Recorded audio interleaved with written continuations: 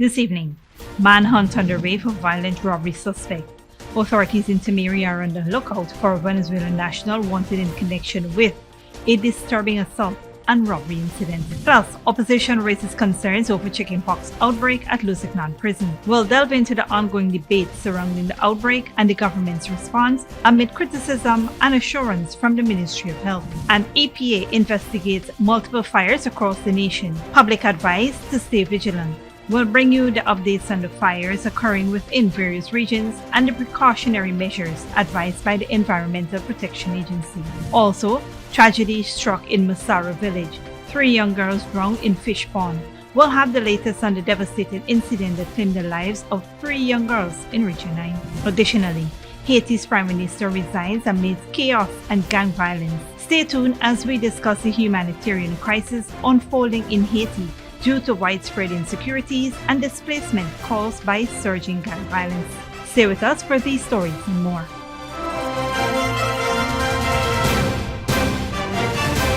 Welcome to this broadcast of Channel 2's Headline News Update for March 27, 2024. I am Baby Bacchus. Thank you for joining us. First up, tragedy struck deep in the heart of Region 9 as 3 young girls aged 5, 6, and 8 met a devastating fate in a fishing pond at Masara village, North Rupununi on Tuesday. Commander of Regional Police Division 9, Senior Superintendent Raphael Rose, said the children had gone to the razorgrass pond in the village to swim, which was unknown to their parents. Those who perished were 6-year-old Nia Jeffrey, 5-year-old Michelle Jeffries, and 9-year-old Alika Doric. According to a police report, upon discovering the children were missing, their parents initiated a search, eventually leading them to Razorgrass Pond, where the bodies of the 3 young girls were discovered floating in the water. Villagers assisted in retrieving their bodies. Subsequently, the village chief and local authorities were informed and the bodies were transferred to the Letem Regional Hospital. Post-mortem examinations are expected to be conducted to determine the cause of death. In other news, the opposition raised concerns about the chickenpox outbreak at Lusignan prison and criticized the government's response. They stressed the importance of better screening for incoming inmates and more attention to susceptible individuals. They highlighted approved funds for prison improvements and urged the government to ensure they are used effectively to prevent such outbreaks. In response, the Ministry of Health rejected the opposition's claims, stating that they have been actively addressing the outbreak. The Ministry of Health assured that all necessary actions, including vaccination, treatment, and preventative measures, are being taken to contain the spread. They emphasized the ongoing monitoring and efforts to control the situation. The Ministry of Health also noted that outbreaks of chickenpox in prison settings are not uncommon and that they are vigilant in monitoring for such occurrences. They criticized the opposition for creating panic and undermining the efforts of the prison service and medical team. Chickenpox is a highly contagious viral infection. It typically starts with symptoms like fever, headaches, and loss of appetite, followed by rash or itchy, fluid-filled blisters all over the body. Treatment usually involves managing symptoms. On a different note, authorities in Tamiri, East Bank Demerara, are currently on the lookout for Grant Ryan Alexander, a Venezuelan national wanted in connection with a violent robbery incident. Alexander was caught on camera assaulting and robbing his landlord in a disturbing incident. Surveillance footage captured Alexander barging into the man's office and launching a brutal attack on him, repeatedly striking him in the face and rendering him unconscious. Subsequently, Alexander proceeded to ransack the office, searching for valuables before locking the door from the inside and fleeing the scene. Reports indicate that Alexander managed to escape with stolen valuables, leaving the victim injured and shaken. The Guyana Police Force has launched an investigation into the incident and is working diligently to locate and apprehend the suspect. Stick around when we return. Guyana and France forge stronger ties, and Guyana's solar expansion, $38 million deal to boost renewable energy across regions.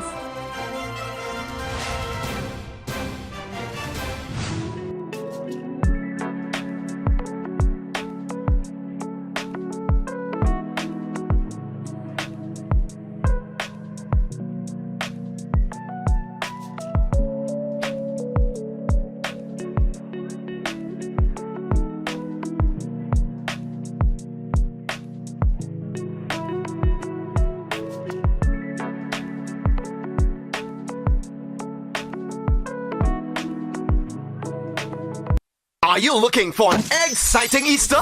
Look no further than Digicel stores for incredible savings and a free Easter surprise. This Easter, Digicel is offering an extravagant deal. Purchase the Samsung A05 for just $21,000 or the Samsung A24 for only $39,500 and receive a free kite with your purchase. Make this Easter a memorable one. Visit a Digicel store today and crack open these amazing deals.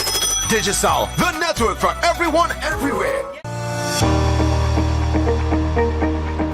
Hi Guyana, welcome to Clearance, where we have been keeping you in style for generations. Do you guys remember this?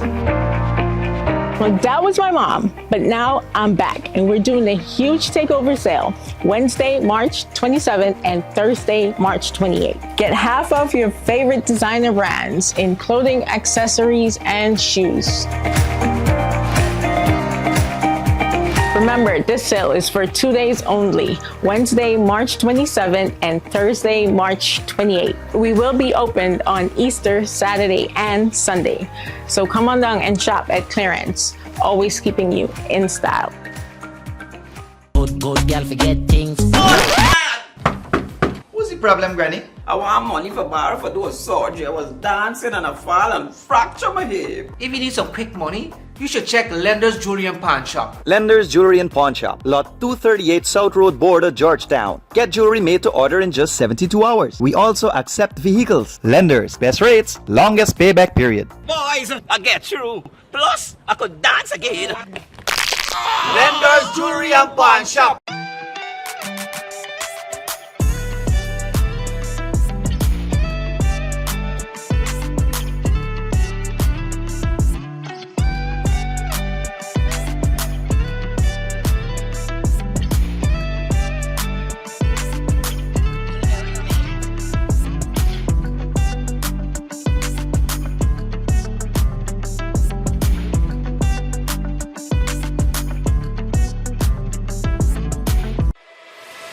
Furnishing your home or office has never been easier. Here at Kissoon's, our inventory of locally made and imported furniture, offered at amazing prices, will leave you wanting more. From vinyl, floor rugs and carpets, bedroom, dining and living room sets, mattresses, pillows, office desk, chairs and filing cabinets, outdoor benches and tables. We have a piece of furniture for every room imaginable in your home or office. Check out our flagship store at Industrial Site Rijnveld or one of our branches in New Amsterdam, Port Morant, Riverton and Camp Street. Kissoon's Furniture, furnishing homes for over 50 years. Sneakily with a gift of sight from Modern Optical Services. Let our professional team examine and prescribe what's best for your eyes. Our smiles make fashionable faces. See us for a full line of optical services, including brand name and prescription eyewear.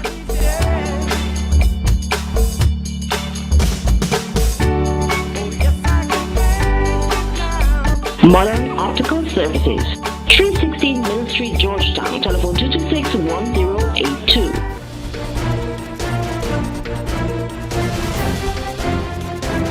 Welcome back.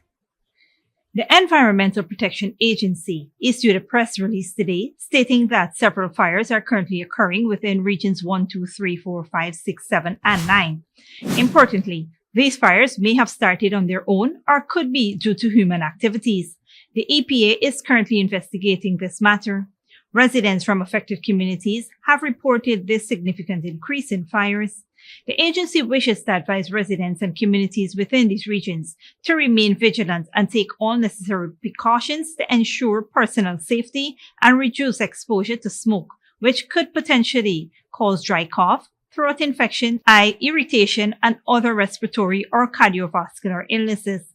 Children and elderly and persons with underlying respiratory and cardiovascular illnesses are most vulnerable. Residents within the affected areas are advised to desist from lighting fires to burn garbage or vegetation. The general public is also advised to report any sightings of fires to the Guyana Fire Service or the Civil Defense Commission and adhere to any advisory issued by local authorities. The EPA will provide the public with further updates as information becomes available. For additional information or assistance, you can contact the numbers on the screen. In other news, President Dr. Mohamed Irfan and Minister Sojourn of France held talks in Georgetown on Monday, focusing on critical global issues. Both nations share a commitment to democracy, international law, and peacekeeping. They aim to bolster cooperation in various areas, including defense, climate change, and combating organized crime, particularly in the Guyana-France region. Both countries prioritize protecting the Amazonia. To deepen ties, Guyana announced the acquisition of maritime patrol assets from France, highlighting their commitment to strengthening bilateral relations. Looking to the future, Guyana and France plan to open a French embassy in Georgetown in 2025, marking a significant diplomatic move. This embassy will enhance economic cooperation and strengthen ties with French Guyana and CARICOM. Both governments anticipate the positive impact of this development on economic transformation and regional integration. Moving on, Ghana's solar energy capacity is about to expand significantly with a $38 million contract signed between Gaisol and a Chinese company, Sumic. This agreement will lead to the construction of solar farms in regions 2, 5, and 6, which will be funded by the Guyana Red Plus Investment Fund. Prime Minister Brigadier Retired Mark Phillips highlighted the importance of this initiative in promoting renewable energy while focusing on vulnerable communities' needs. The project aims to empower women and youths by providing training in solar PV maintenance and creating job opportunities. Additionally, apprenticeship programs will target individuals, including those with disabilities. Senior Minister Dr. Ashni Singh stated that the project will add 80 megawatts of solar power to Ghana's energy distribution, with 10 megawatts allocated to Berbice and 8 megawatts to Region 2. This initiative, funded by a partnership between Guyana and Norway, aims to diversify Ghana's energy sources. Don't go away after the break. 6 people presumed dead in Baltimore bridge collapse and Myanmar's mandatory conscription. Thousands are fleeing the country.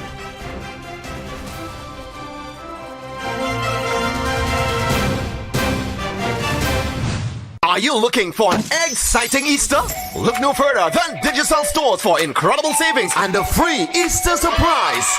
This Easter, Digicel is offering an extravagant deal. Purchase the Samsung A05 for just $21,000 or the Samsung A24 for only $39,500 and receive a free kite with your purchase. Make this Easter a memorable one. Visit a Digicel store today and crack open these amazing deals. Digicel, the network for everyone, everywhere. Good girl forget things. What's the problem, Granny? I want money for borrow for those surgery. I was dancing and I fall and fracture my hip. If you need some quick money, you should check Lender's Jewelry and Pawn Shop. Lender's Jewelry and Pawn Shop, Lot 238 South Road Border, Georgetown. Get jewelry made to order in just 72 hours. We also accept vehicles. Lenders, best rates, longest payback period. Boys, I get through. Plus, I could dance again. Lender's Jewelry and Pawn Shop. Cheaply with a gift of sight from Modern Optical Services. Let our professional team examine and prescribe what's best for your eyes. Our smiles make fashionable faces. See us for a full line of optical services, including brand name and prescription eyewear.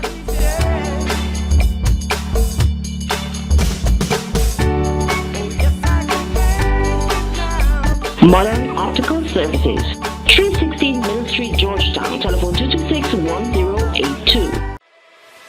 Furnishing your home or office has never been easier. Here at Kissoon's, our inventory of locally made and imported furniture, offered at amazing prices, will leave you wanting more. From vinyl, floor rugs and carpets, bedroom, dining and living room sets, mattresses, pillows, office desk, chairs and filing cabinets, outdoor benches and tables. We have a piece of furniture for every room imaginable in your home or office. Check out our flagship store at Industrial Site Rijnveld or one of our branches in New Amsterdam, Port Morant, Riverton and Camp Street. Kissoon's Furniture, furnishing homes for over 50 years.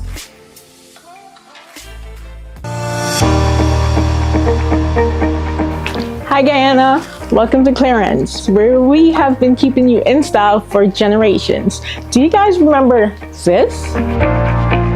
Well, that was my mom, but now I'm back and we're doing a huge takeover sale Wednesday, March 27th and Thursday, March 28th. Get half off your favorite designer brands in clothing, accessories, and shoes. Remember, this sale is for 2 days only, Wednesday, March 27th and Thursday, March 28th. We will be open on Easter, Saturday, and Sunday. So come on down and shop at clearance, always keeping you in style.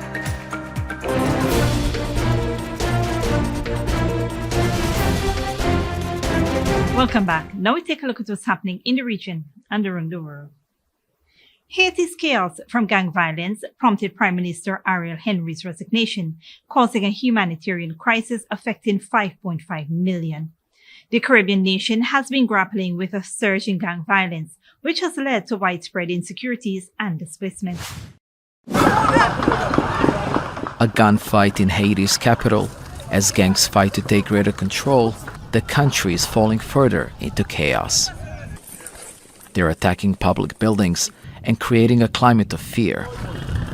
Police say they shot dead the head of the Delmas 95 gang, known as T.I. Greg, who escaped jail in a prison breakout earlier this month. His death is a setback for Jimmy Charizier, also known as Barbecue, who's heading an alliance of gangs that have fueled unrest in the Caribbean nation and are calling Prime Minister Ariel Henry to resign. He's agreed to step down, allowing the start of negotiations on forming an interim government. But the power vacuum is being filled by armed groups. Thousands of people have been killed and thousands more made homeless. The international airport is closed, as are many businesses, making it difficult for people to get food and basic supplies.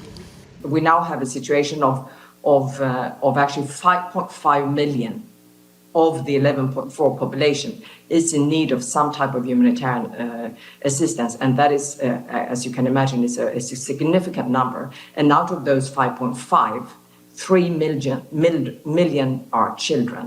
The United States is evacuating its citizens, while many people are trying to cross into the neighboring Dominican Republic.